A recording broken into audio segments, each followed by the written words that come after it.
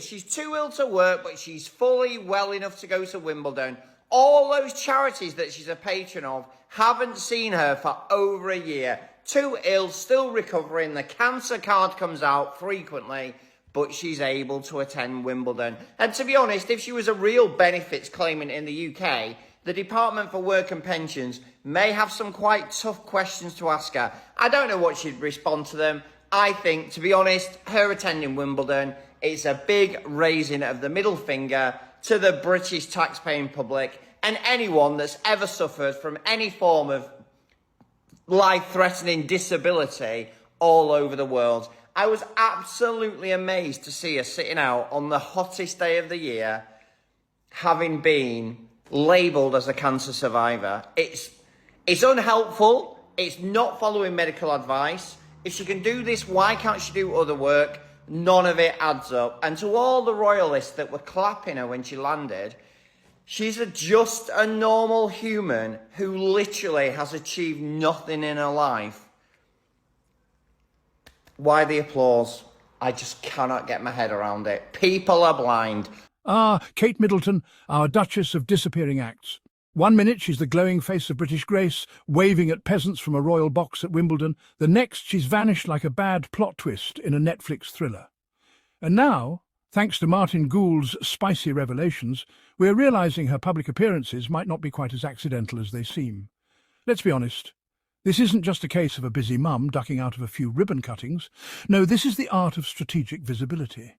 A royal performance so precisely timed it would make a Swiss watch blush. Need to boost public morale at a fluffy event with cameras and strawberries. Boom! Kate emerges, radiant, glowing, dressed like she just walked out of a Vogue photo shoot. But call her up for a gruelling hospital visit, or a dreary ribbon ceremony in rainy Wigan, and suddenly, poof! Health issues. Mysterious, incurable, curiously well-timed. It's not just selective attendance. It's royal gaslighting 101. The palace feeds us vague statements coded with just enough empathy to keep the masses from asking too many questions. Oh dear, she's recovering from what? Private matters. Which ones? Respect her privacy. Right. Except when she's smiling for 12,000 lenses courtside while sipping Pimm's. This isn't a royal calendar. It's a PR escape room, and we're all trapped inside trying to solve clues. At this point, the royal strategy seems clear. Show up when it sparkles, vanish when it gets serious, and always keep the narrative under lock and crown. It's the royal equivalent of that friend who only texts when they want a ride to the airport. So here we are, watching the curtain rise and fall on Duchess Theatre Season 13. Will she attend the next charity event or pull a royal Houdini? Place your bets, grab your monocles, and remember, in the game of crowns, appearance is everything, literally. Kate Middleton, Duchess of Cambridge, may not have a medical degree, but she's certainly mastered the art of diagnosing her way out of duty with the precision of a palace-trained escape artist. Let's talk about the real royal ailment here, selective commitment syndrome. 1 minute she's reportedly too ill to attend a charity event, the next she's miraculously reborn courtside at Wimbledon, glowing brighter than centre court under floodlights. We're not saying it's suspicious, but if her immune system had a calendar, it'd clearly be synced to VIP-only events. This isn't your average flu and bed rest situation. No, this is elite-level sick leave strategy, the kind that makes corporate HR departments weep with admiration. Dull community engagement, tragic relapse, glamorous tennis tournament, behold she rises. It's the PR version of Lazarus, sponsored by Chanel. Her medical record seems to follow a fascinating logic. Unphotogenic obligations, sudden vague health concerns, public adoration guaranteed. She's back, baby, and she brought the outfit of the season. Now we'd never question someone's genuine health struggles. But when the pattern repeats more than a Buckingham Palace wallpaper motif, even the Queen's corgis start raising their eyebrows. It's like watching a royal magic trick, the Great Duchess Disappearing Act. Ladies and gentlemen, feast your eyes. For 1 night only, she'll vanish from 3 hospital openings and reappear, ta-da, in full health next to Roger Federer. And let's not forget the palace's classic response, the royal shrug. Respect her privacy, they whisper ominously, as if we're poking around Area 51 instead of wondering why a public figure keeps playing hide-and-seek with her job.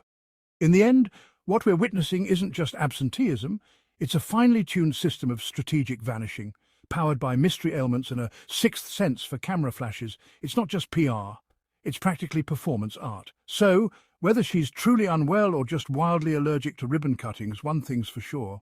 Kate Middleton's greatest talent might not be diplomacy or decorum, it's knowing exactly when to vanish and exactly when to sparkle. Step aside, Sherlock Holmes. Martyn Gould is on the case, and this one's juicier than a royal marmalade scandal. His recent takedown of Kate Middleton isn't just throwing shade, it's practically launching a solar eclipse over the Duchess's carefully curated public persona. Gould doesn't dabble in tabloid fluff. No, he cuts through the palace PR fog with the precision of a Buckingham surgeon, dissecting a pattern that smells less like illness and more like inconvenient event-itis. You know the symptoms: charity gala in the rain, too ill to attend. Wimbledon, fully resurrected with centre-parted hair and centre-court energy. Coincidence? Please. If her immune system were this responsive, Pfizer would be bottling it by now. Let's face it, this isn't just your standard royal, I need a rest. This is scheduled sorcery, where a duchess disappears like a puff of talcum powder whenever duty gets too dull, only to reappear miraculously revitalised the moment strawberries, sun hats and VIP boxes are on offer. Honestly, if royal commitment were a dating app, Kate's status would be, it's complicated.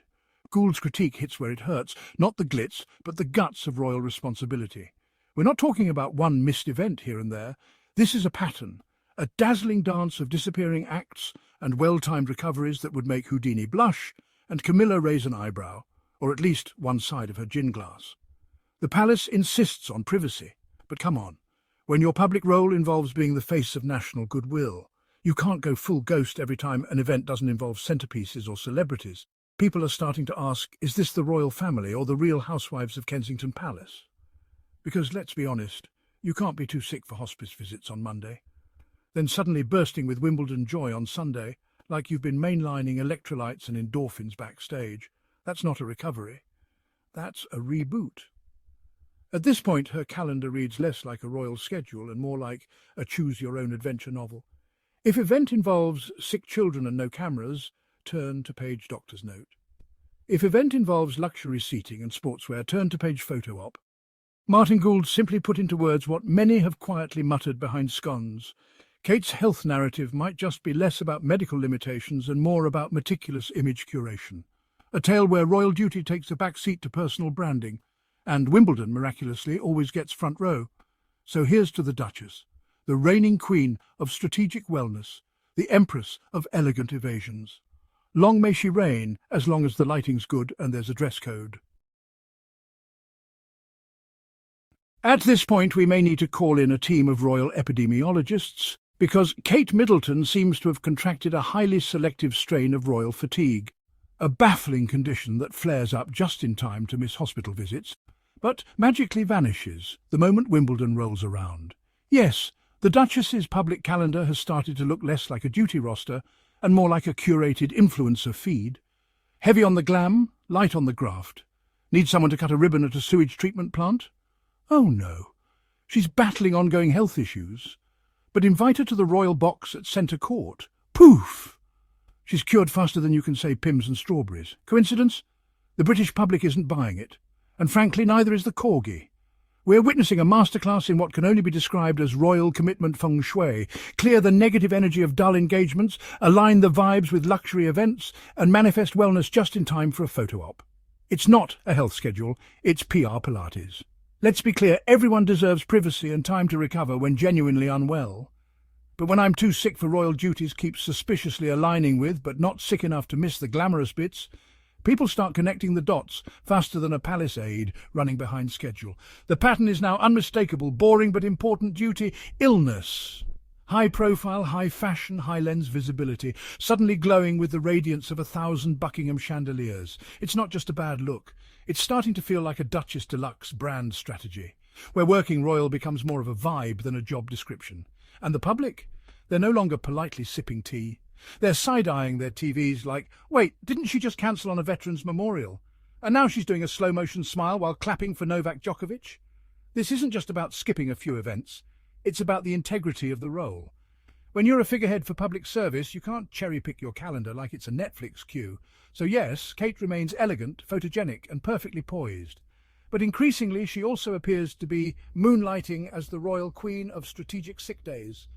And while we wish her good health, we also wish for a little more consistency, because even the Palace PR machine can only spin so many recuperation stories before it starts sounding like a royal rerun. Thank you all for watching. Hope you enjoyed the podcast. It's your host, Tyler. Love you all. Goodbye.